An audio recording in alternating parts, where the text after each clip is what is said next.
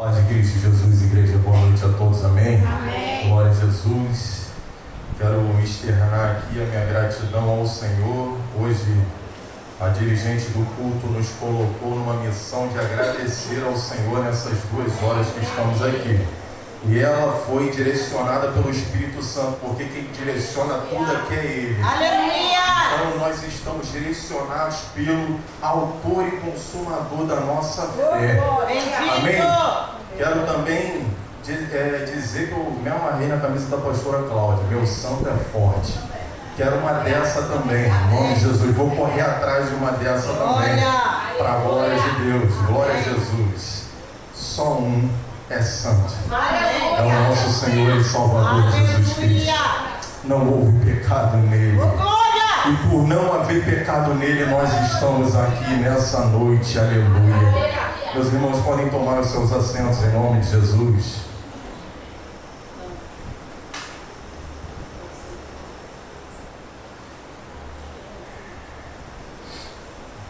Vamos abrir nossas Bíblias lá em 1 Pedro. Primeira carta do apóstolo Pedro, capítulo 1. 1 Pedro, capítulo 1. Você vai lá para perto de Apocalipse e folheia aí um pouquinho para a esquerda. Você vai chegar lá em 1 Pedro. Se tiver dificuldade para achar, você vai folheando aí, vai passar de Hebreus, vai chegar na carta de Tiago e chega na primeira carta do apóstolo Pedro. Amém? Amém.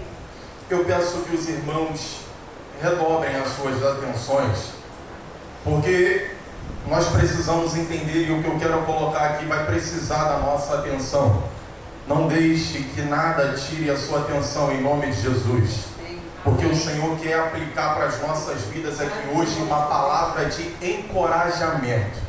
A palavra hoje vai ser para te encorajar. Você vai descer aqui mais encorajado nessa noite, em nome do Senhor Jesus Cristo, por tudo que Ele me direcionou para essa noite. Amém? Primeira carta do apóstolo Pedro, nós vamos ler do versículo 8 do capítulo 1, versículo 8 ao versículo 12, somente. Nós vamos ler 1 Pedro, capítulo 1, do versículo 8 ao versículo 12. Todos estão comigo, amém? Amém. Diz assim a palavra de Deus: mesmo não o tendo visto, vocês o amam, e apesar de não o verem agora, creem nele e exultam com alegria indizível e gloriosa, pois vocês estão alcançando o alvo da sua fé, a salvação das suas almas. Foi a respeito dessa salvação que os profetas que falaram da graça destinada a vocês investigaram e examinaram, procurando saber o tempo e as circunstâncias para os quais apontava o Espírito de Cristo, que neles estava, quando predisse a vocês os sofrimentos de Cristo e as glórias que se seguiram àqueles sofrimentos. A eles quem? Os profetas, foi revelado que estavam ministrando não para si próprios, mas para vocês, quando falaram das coisas que agora lhes são anunciadas por meio daqueles que pregaram o Evangelho pelo Espírito Santo enviado dos céus, coisas que até os anjos anseiam observar. Meu Deus. Amém? Amém. Meus irmãos, me chamou muita atenção esse texto. Eu estava no BRT, indo para um trabalho, e eu estou meditando na palavra no celular, e os irmãos já sentiram isso, eu creio, de textos que falam ao coração, daqueles textos que te impactam e você fica anestesiado, olhando para o horizonte, e aquilo ali ruminando dentro de você. Aquilo dali já era o que o Senhor colocou no meu coração para transmitir aos irmãos aqui nessa noite. E foi essa palavra que Ele destinou para os irmãos, para a igreja. E eu quero começar dizendo que quando a gente lê 1 Pedro, quando a gente lê sobre Pedro, e lemos as cartas dele, nós vemos o quanto o Senhor tem poder para transformar um negador em um encorajador.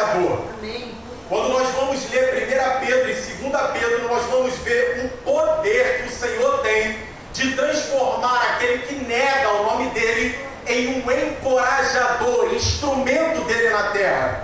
Aquele que outrora nega Cristo 3 vezes antes que o galo cantasse, agora cheio do Espírito Santo, encoraja os irmãos espalhados em outras regiões.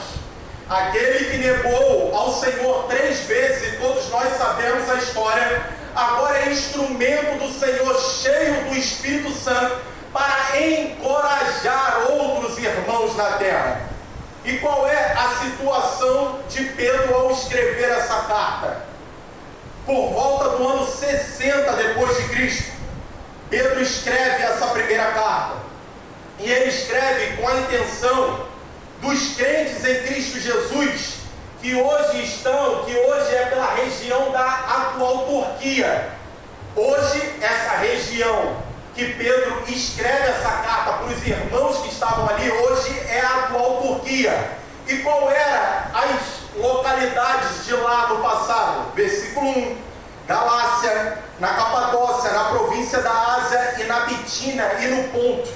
Ali hoje é a atual Turquia. E no ano 60 depois de Cristo, Pedro escreve essa carta para os irmãos. Pedro quando escreve essa carta, ele estava localizado em Roma. E ele denomina o lugar que ele estava, Roma, ele intitula aquele lugar como Babilônia. Ele mesmo falou isso, está no capítulo 5 dessa mesma carta, no versículo 13.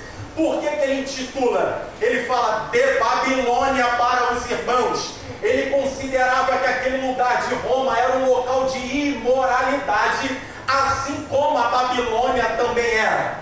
Então, era Roma que ele estava localizado no ano 60 depois de Cristo para escrever essa carta aos irmãos. E aonde ele viria a morrer, por volta de 4 a 7 anos depois. Pedro está em Roma, 60 depois de Cristo, ele escreve essa carta, e é no mesmo local que ele escreve essa carta em Roma, que ele, depois de 4 a 7 anos depois, iria morrer. Mas ele morreria, segundo a história, crucificado de cabeça para baixo. Todos nós, estudiosos da palavra de Deus, sabemos que a história disse que Pedro morreu crucificado de cabeça para baixo. Não porque Roma falou que era para ele morrer de cabeça para baixo, é porque ele fala, ao chegar naquela cruz, ele diz: eu não sou digno de morrer como meu Senhor. Então me crucifica de cabeça para baixo. O sangue vai furar, o sangue vai sair pela narina, o sangue vai sair pelos ouvidos, vai sair sangue pela boca, mas eu sei muito bem em quem eu tenho crido. Ele me resgatou. Eu sei muito bem, quando eu estava desviado, ele falou: filhinhos, eu saí correndo e ele me constrangeu, ele me trouxe de volta. Então eu não sou digno de morrer igual ele. Me crucifica de cabeça para baixo. Eu preciso sofrer por amor dele. Amém, Jesus. Oh, aleluia. E dentro disso tudo, dentro dessa situação, ele escreve em um cenário de perseguição. Era um cenário atual de perseguição, e viriam perseguições mais ferrenhas contra a igreja. Os irmãos que estavam localizados naquela região que hoje é a atual Turquia, viviam momentos de terríveis perseguições. Aí Pedrão, cheio do Espírito Santo, preocupado com a igreja, ele escreve essa carta na companhia de Marcos e com a ajuda de Silvano. Ele mesmo vai dizer isso. Na companhia do discípulo dele, um filho na fé, Marcos, que escreveu o Evangelho de Jesus Cristo segundo Marcos.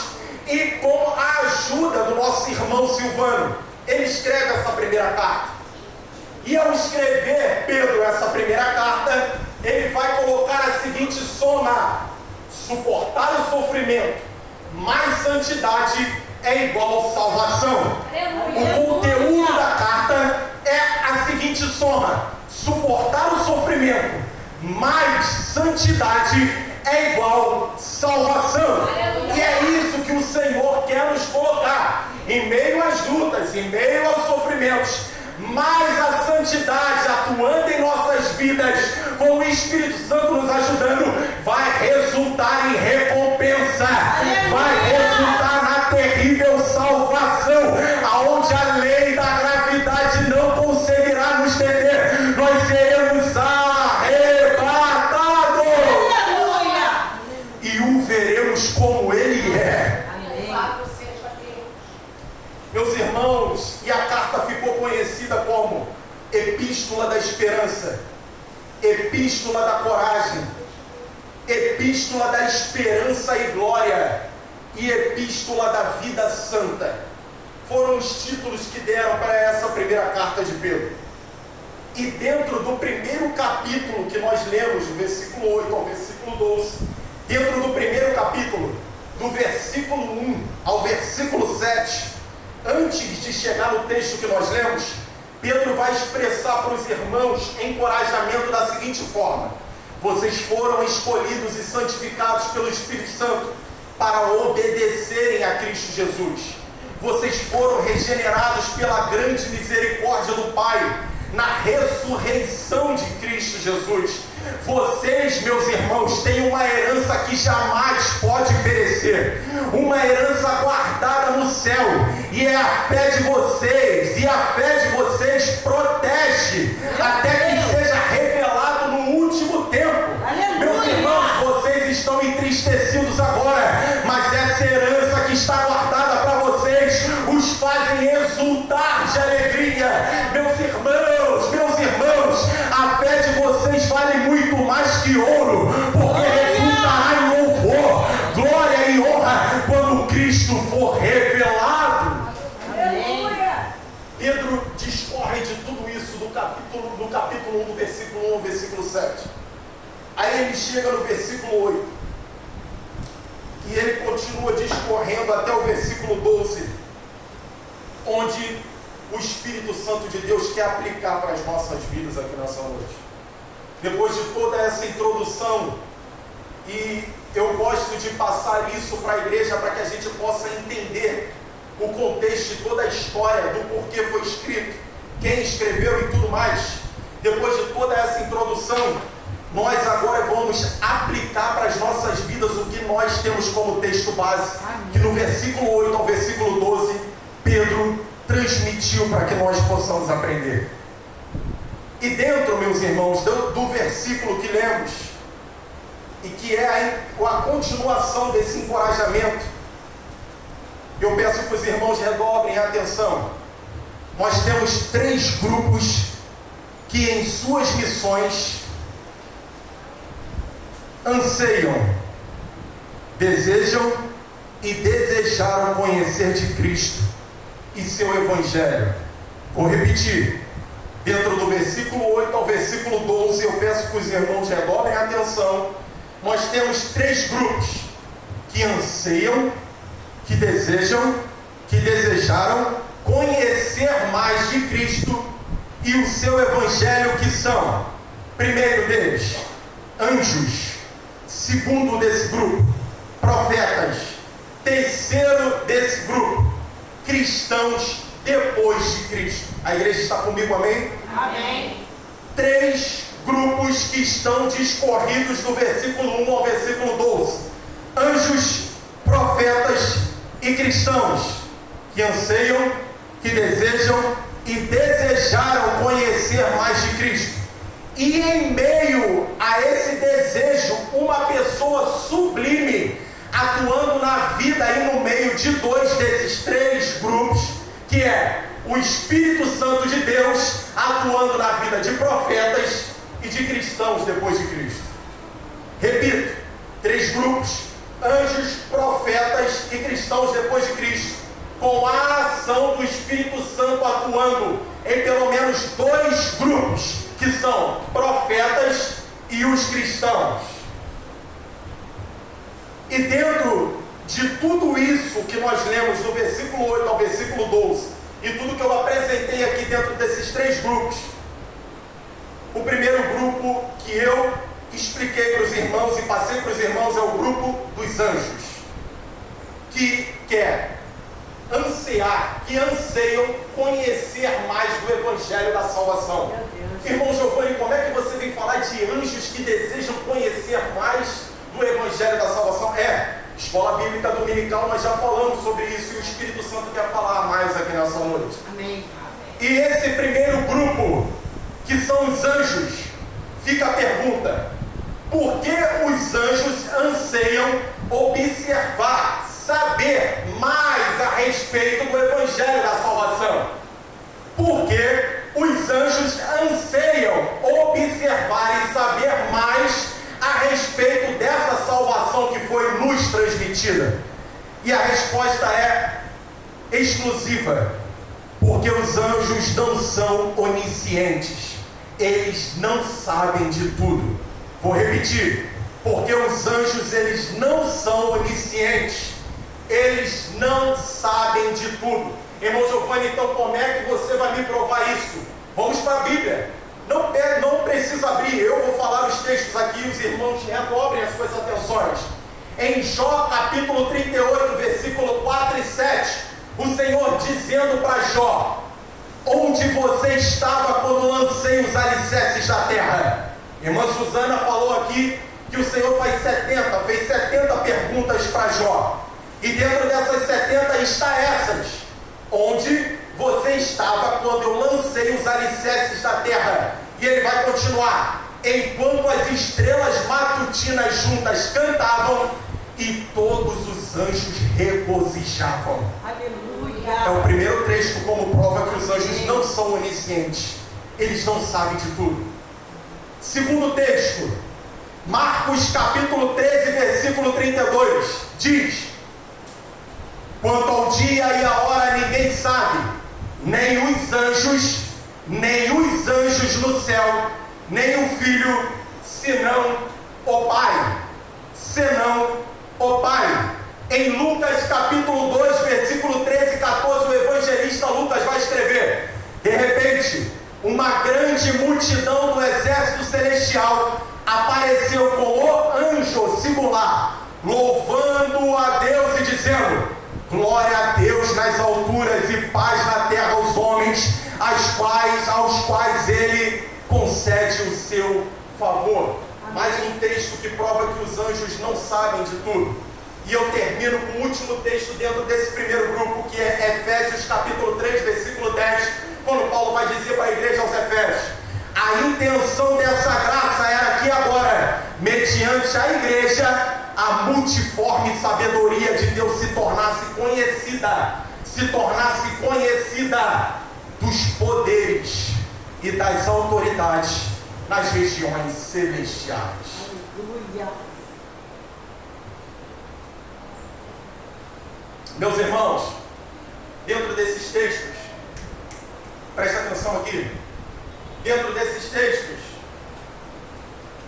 Jó, capítulo 38, versículo 4 e 7, olha isso: o Senhor: façamos o homem à nossa imagem e semelhança.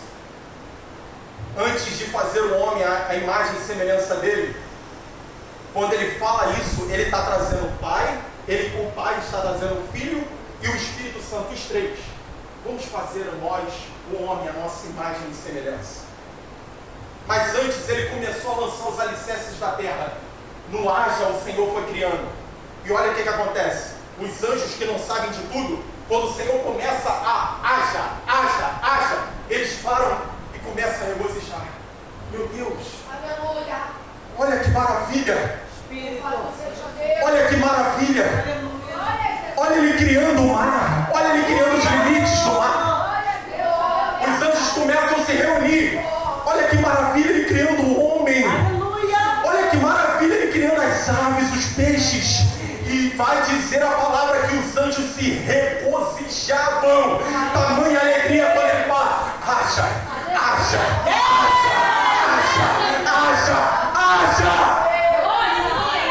Bendito seja o Senhor. Aí no outro texto, em Lucas capítulo 2, versículo 13 e 14, preste atenção. Ele vai dizer: um anjo vai falar com os pastores. O Filho de Deus é nascido. Um anjo. E eu entendo, eu conjecturo que esse anjo era Gabriel, que ele era o mensageiro de Deus. Então o Senhor chama Gabriel, passa a informação, sem alarmar, ele desce, fala com os pastores, e depois dele falar com os pastores, vem uma galera. Glória a Deus nas alturas. E paz na terra aos homens, a qual ele concede o seu favor. O filho dele que está na nossa presença, vem, vamos adorar. Agora ele vai encarnar. Agora ele vai encarnar. Meu Deus, ele vai encarnar. Glória a Deus nas alturas. Ele concedeu favor aos homens. Ele concedeu favor aos homens. Glória a Deus nas alturas.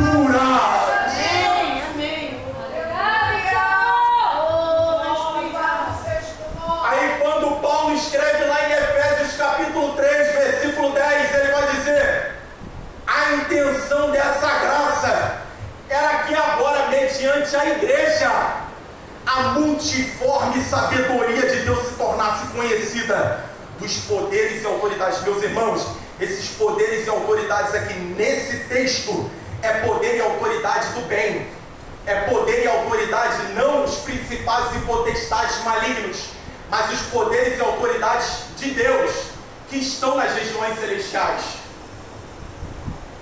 Eles se tornassem conhecidos. Mais uma vez, preste atenção aqui. Judeus, vem cá. Deus, judeus, o Espírito de Deus, gentios, da Ásia, da Macedônia, da Capadócia, Bitínia, de todos os cantos, se ajuntem vocês juntos. Quebra essa barreira agora. Quebrou a barreira. Judeus que eram conhecidos como os religiosos e títulos de autoridade sobre tudo, o Senhor quebra a barreira. Agora eles que estão de fora, agora são enxertados na videira. Ai, a barreira! Se ajuda judeus e cristãos formando a igreja, a multiforme sabedoria de Deus. E olha os anjos lá no céu, nas regiões celestiais. Meu Deus! Olha que glória! Nós agora estamos vendo a unificação de judeus e cristãos gentios. Meu Deus, que maravilha! Agora não tem mais barreira, os anjos se regozijam e acabam sendo conhecidos, que agora a igreja se forma entre judeus e gentios, que somos nós. Louvado seja Deus. Passam a conhecer, e esses textos mostram que alguns mistérios de Deus, eles só passam a conhecer quando acontecem.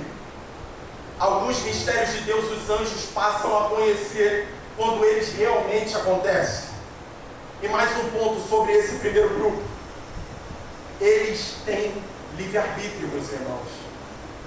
A prova disso foi Satanás.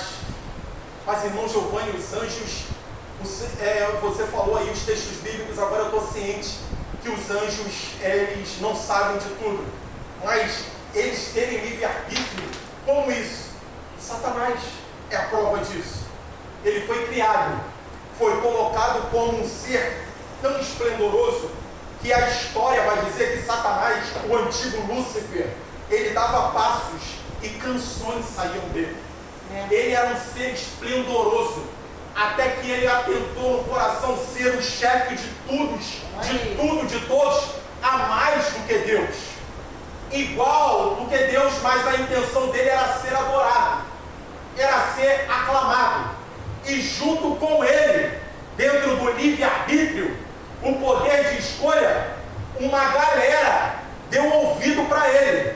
E dando ouvido para ele, eles se rebelaram. Mas só que Deus é todo poderoso. Aleluia! Uma fração de milésimos de segundo, o Senhor cria Miguel e diz: quem é maior do que Deus? Aleluia! E Miguel, com todo o poder e autoridade, sendo o arcanjo, tira Satanás do céu, porque ele decidiu e influenciou uma galera que também decidiu no coração se rebelar contra Deus. Então existe livre-arbítrio. E dentro disso tudo, o que esse primeiro grupo nos ensina? Fica a pergunta: eu tenho o direito de decidir. Eu não sei de tudo, mas ficar com Ele vale muito mais a pena. Glória! Eu vou repetir, eu tenho direito de decidir. Eu não sei de tudo, mas ficar com Ele vale muito mais a pena. Enquanto Satanás e seus demônios agora sofrem a humilhação de ser chamado diabo, de ser chamado Satanás, de não ter mais a influência no céu, eles se maravilham com as revelações de Deus. Louvado seja o nome do Eterno. Eu não sei de tudo. Eu tenho poder para decidir, mas vale muito mais a pena eu estar com Ele. Maravilha, Jesus. E esse primeiro grupo nos ensina, que está dentro do texto que Pedro expressou aqui. Meus irmãos, não precisa você entender tudo.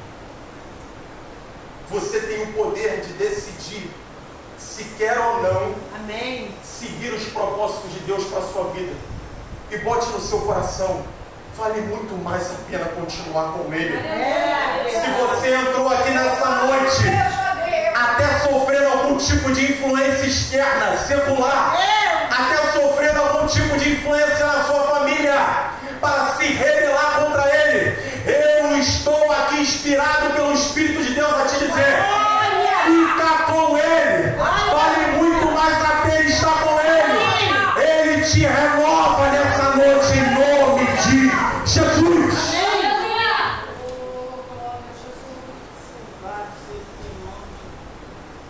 Nós agora vamos para o segundo grupo e eu tenho que correr.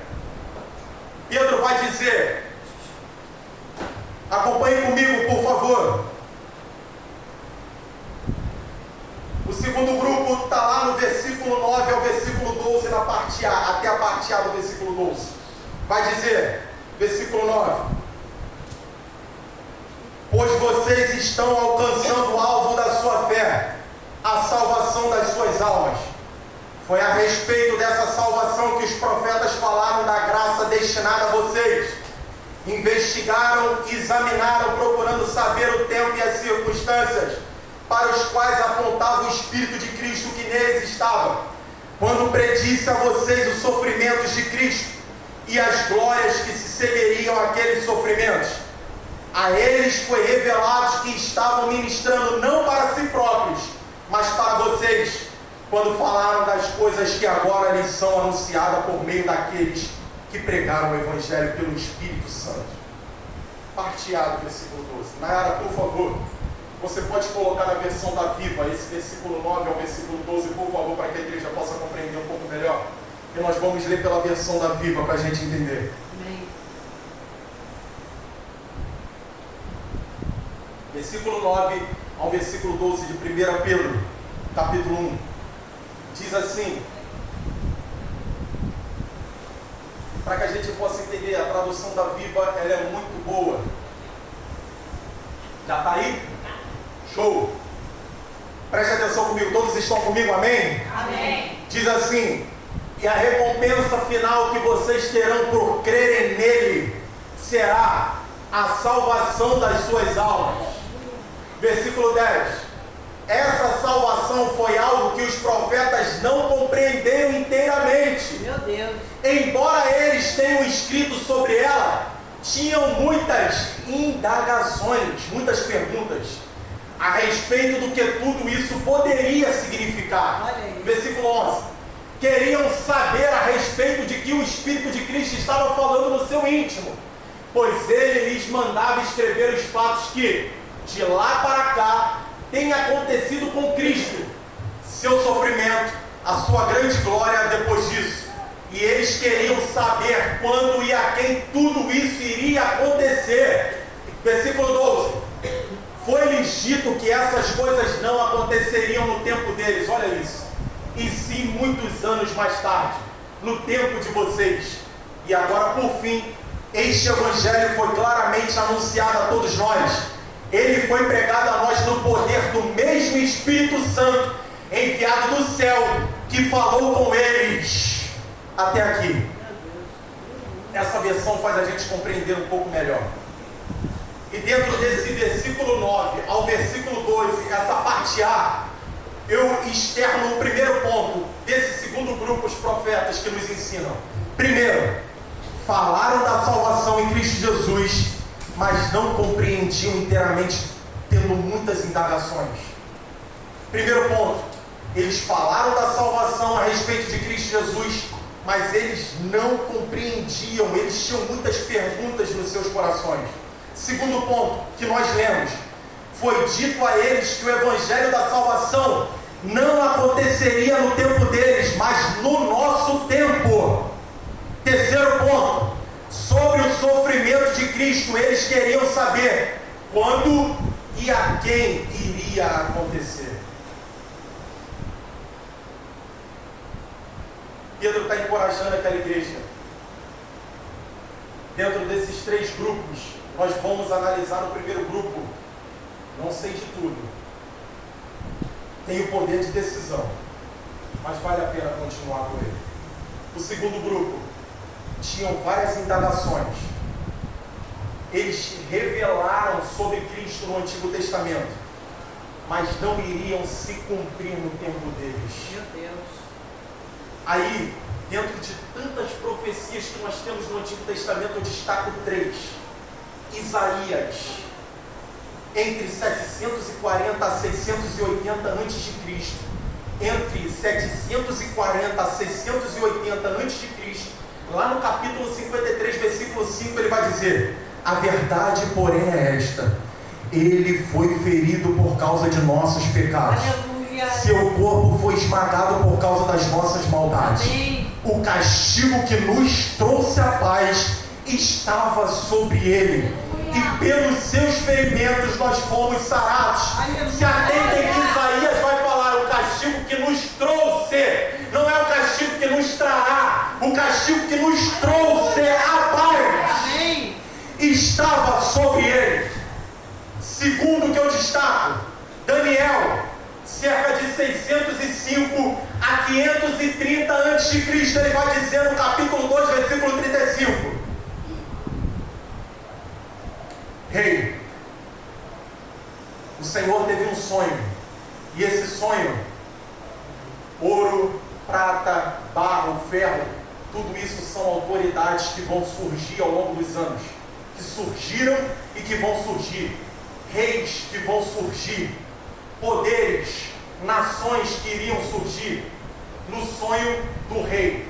Aí Daniel, cheio do Espírito Santo, o único que poderia revelar aquele sonho, vai dizer para o rei: Rei, eu vi uma pedra rolando.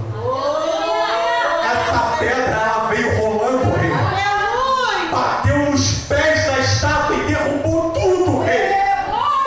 E essa pedra, rei, ela se tornou uma montanha para a terra. Meu E Deus. Daniel estava falando de Cristo. A mesma pedra que fala para Pedro: tu és pedra, mas a pedra maior sou eu. Tu estarás em mim, Pedro.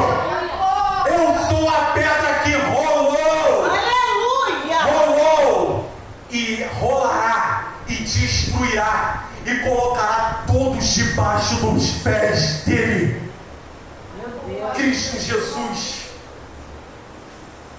E eu destaco mais um, Jeremias, o profeta Jeremias, em 627 a 586 a.C., no capítulo 33, versículo 15, ele disse: naqueles dias e naquela época farei brotar um renovo justo da linhagem de Davi. Ele fará o que é justo e certo na terra. Olha aí. Jesus sendo profetizado. Meus irmãos, tem inúmeras profecias, profetas maiores e profetas menores. Eu poderia aqui tomar horas, mas para resumir, eu destaco essas três. E esses homens, diante dessas profecias, segundo o que Pedro disse, eles ficaram assim: como que será isso? Aí a segunda pergunta: com quem se cumprirá isso? Meu Deus. Aí o terceiro ponto: eu queria entender melhor isso. Oh, Jesus. Jeremias profetiza, Isaías profetiza, Daniel profetiza, e eles ficam: com quem se dará isso? Como que vai acontecer isso? como eu queria viver isso. Oh, Deus.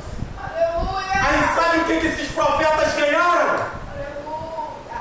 Isaías, cerrado ao meio, sem ver as promessas se cumprirem. Meu Deus. Jeremias, apedrejado no Egito pelo seu próprio povo, sem ver as promessas se cumprirem. Daniel, morte natural, velho, não vendo o cumprimento das promessas. Meu Deus. E qual é o aprendizado dentro desse segundo grupo? Qual é o aprendizado nesse segundo grupo? Senhor, eu vou ser cerrado ao meio aqui agora, mas eu vou continuar crendo em Ti. Senhor, eu profetizei sobre o Teu Filho, sobre o Mexiá que vai vir. Eles vão me encerrar no meio aqui agora vivo, Senhor. Mas eu continuo crendo em Ti. E que o Senhor há de cumprir o que o Senhor me revelou através do Teu Filho. Louvado seja Deus. Segundo ponto que eu aprendo, Senhor, Jeremias, lá no Egito, ele não foi para o Egito por vontade própria. Jeremias foi forçado a ir para o Egito por causa de rebeldes. Chega lá no Egito, as pedras começam a ser pegas na mão. E conjecturo eu, Jeremias, dizendo: Senhor, a pedra vai começar a voar, Senhor. Eu vou morrer, minha cabeça vai se abrir, eu sei que eu vou ser massacrado aqui, mas eu continuo crendo em Ti. Eu continuo acreditando que o Senhor há de cumprir aquilo que o Senhor revelou. Do renovo que virá para nos salvar. Louvado seja o Teu santo nome. Daniel, Senhor, minha saúde está se acabando. Eu estou indo, Senhor, mas eu continuo crendo em Ti e nas Tuas promessas Louvado futuras. seja Deus. E o que eu passo para a igreja dentro desse segundo grupo? Nós estamos entendendo cheio de indagações. Nós não estamos entendendo cheio de indagações. Mas o Senhor nos diz: aguenta mais um pouco. Amém. Aguenta mais um pouco que Ele está contigo. Há coisas muito maiores do que isso que você está vivendo aí. Bota na sua mente que você merecia. Todo o cenário que a gente possa viver aqui nessa terra é muito melhor do que a gente merecia. Meu Deus, é verdade. Isaías cerrado ao meio, Jeremias apedrejado, Daniel morreu de morte natural. Ninguém viveu as promessas do Senhor, mas elas estão de pé até hoje. Você tem promessa de Deus, pode você não viver elas, mas pode ter certeza, Ele não vai mentir. Elas vão se cumprir, elas vão se cumprir. Se o Senhor te prometeu que vai resgatar aquele teu parente, pode ter certeza. Pode ter certeza, Ele não tem pacto que quem desobedece. Mas se você é obediente, Ele vai cumprir. Seja você em vida ou não, elas vão se cumprir. Louvado seja Deus. Há coisas muito maiores do que esse sofrimento que você esteja vivendo aqui nessa É noite. verdade. O Senhor tem coisas muito maiores para você, Meu Deus. a começar aqui, mas o fim é a salvação da nossa alma. Oh, aleluia. E eu quero encerrar no terceiro grupo aqui, meus irmãos, para passar o microfone, que são nós, os cristãos depois de Cristo, que é o terceiro grupo que Pedro se revela aqui, expressa aqui no versículo 8 ao versículo 12. Todos estão comigo? Amém? Amém. No primeiro grupo nós temos o Evangelho.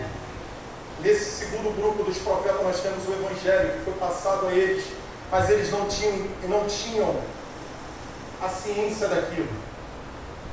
Os anjos anseiam em saber mais sobre essa salvação que nos foi transmitida. E nós precisamos continuar crendo no Senhor Jesus Cristo, mesmo não vendo Ele fisicamente. Você já parou para pensar, meus irmãos, que você nunca viu Deus o Pai, você nunca viu Cristo Jesus o Filho, você nunca tocou no Espírito Santo, porque Ele é um Espírito, E mesmo assim você se reuniu aqui às 18 horas desse domingo, Aleluia! tirou 2 horas do seu dia para dizer que Ele é o teu Senhor. Glória a Deus. Você já parou para pensar que você nunca viu Jesus?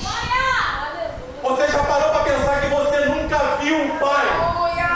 Que você não pode tocar no Espírito dele, mas que você veio aqui 2 horas para dizer: eu não te conheço, eu não te vejo fisicamente, eu não te conheço fisicamente, mas eu creio que tu és o meu Senhor. Eu creio que tu és o meu Senhor. E a base da nossa fé é essa, é aquilo que nós não vemos, mas acreditamos.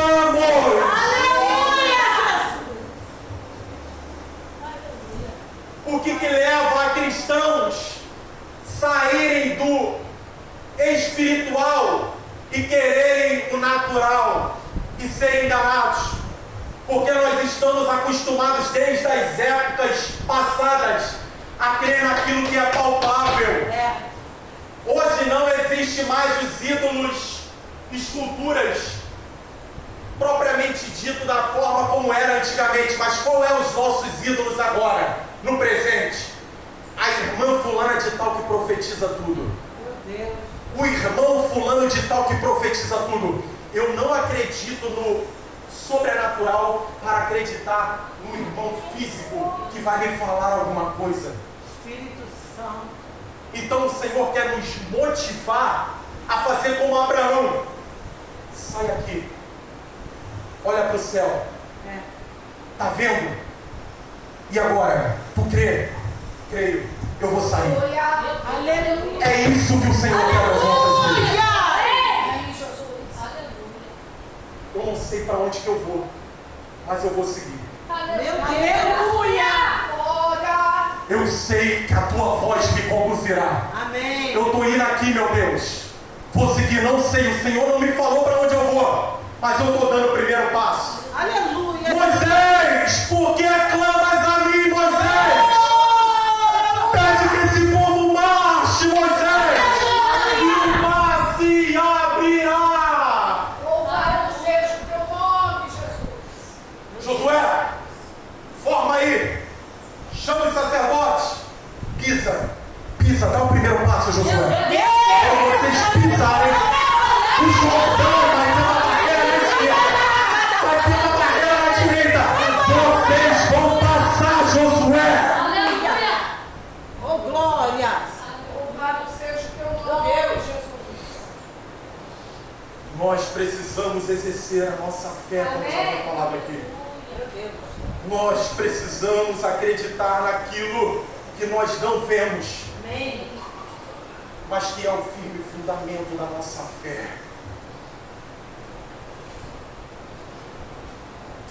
E qual é o ponto para que a gente possa crer nisso tudo? Nayara, por favor, vou pedir mais uma vez para a gente encerrar. Bota aí, por favor, na tradução da Viva, o versículo 12, por favor, no mesmo capítulo 1 que nós lemos. Bendito seja o teu nome. Eu estou encerrando, meus irmãos. Versículo 12 na Viva. Todos estão comigo, amém? Amém. Meus irmãos, eu quero que os irmãos leiam comigo, por favor. Vamos ler todos juntos. Amém. Até o mesmo Espírito enviado do céu, que falou a eles. Essa parte A. Nós vamos ler até o Espírito Santo enviado do céu que falou com eles. Essa parte A aqui, por favor, todos juntos. 1, 2, 3.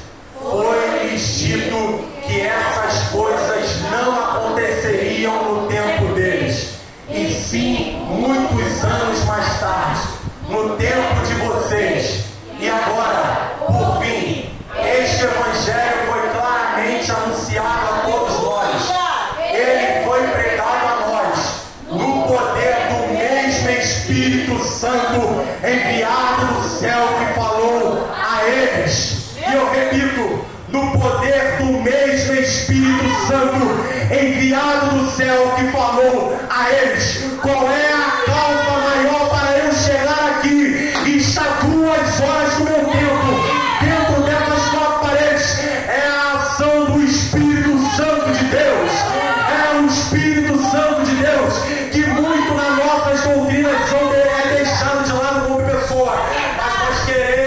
você que Ele é uma pessoa que se alegra junto com você, que se entristece junto com você e quer estar junto com você quando o Filho dele for revelado. Meu Deus. Ele é aquele que o Senhor Jesus disse lá em João, capítulo 16, versículo 7, 8 e 13. Mas eu afirmo que é para o bem de vocês que eu vou. Se eu não for, o conselheiro não virá para vocês. Mas se eu for, eu o enviarei. Quando ele vier, convencerá o mundo do pecado, da justiça e do juízo. Mas quando o Espírito da verdade vier, ele os guiará a toda a verdade.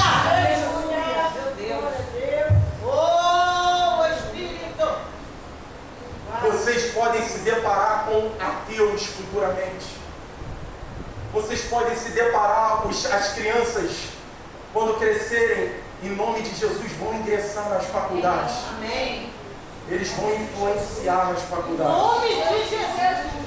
E nas faculdades eles podem se deparar com pessoas que vão estudar teologia, anel de teologia no dedo, mas são ateus. Eles estudam para refutar a nossa fé. E diante de tudo isso, a base para que eles possam ter a certeza que nós temos é a fé que nós temos no Senhor. Ninguém pode experimentar algo sem provar. Ninguém pode saber o gosto de algo sem provar aquele algo. Você não vai sentir o gosto da azeitona, do jiló. Você não vai sentir o gosto do doce mais gostoso sem provar aquele doce. E é o que o Senhor nos convida a fazer. E convida a todos os outros céticos a provar dessa transformação que liberta. E nós temos vários ateus, vários homens cientistas que escreveram que a Terra não tem um início em si, mas um estouro de moléculas. Esses homens no final declararam: existe um ser supremo que governa a Terra. Não tem como. Existe um ser aonde tudo teve um início, e o nome dele é Iavé, e o nome dele é Jeová Jireh, e o nome dele é Jeová Rapá, e o nome dele é Jeová, que veio revelar-se a nós através do seu Filho Jesus Cristo. Oh, aleluia! O contexto é que Jesus, prestes a ser preso, começa a encorajar os discípulos: eu vou enviar o Consolador a vocês, fiquem tranquilos. E a nossa fé, para mesmo não entendendo, mesmo não compreendendo tudo, é o Espírito Santo de Deus que nos testifica que Ele está conosco e há de cumprir tudo. Oh, Espírito! O Senhor quer que você desça essas escadas aqui hoje renovado em encorajamento.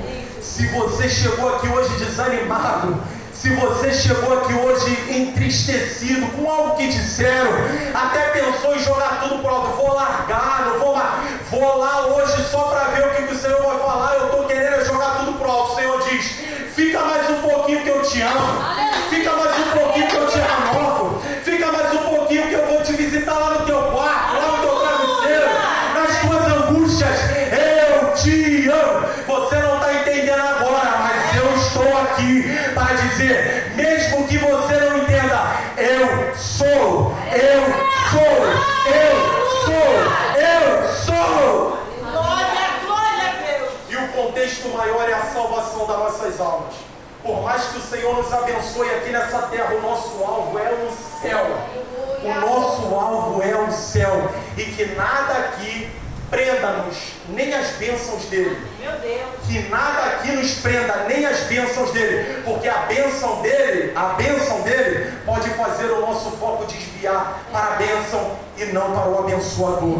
Então fiquemos com a salvação que ele nos propõe, que começa aqui agora, e não desviemos o foco. O Senhor está conosco, mesmo que nós não entendemos, mesmo com o poder de decidir jogar tudo pro alto, fica com Ele que vale muito mais a pena. Vamos Vamos colocar de pé em nome de Jesus.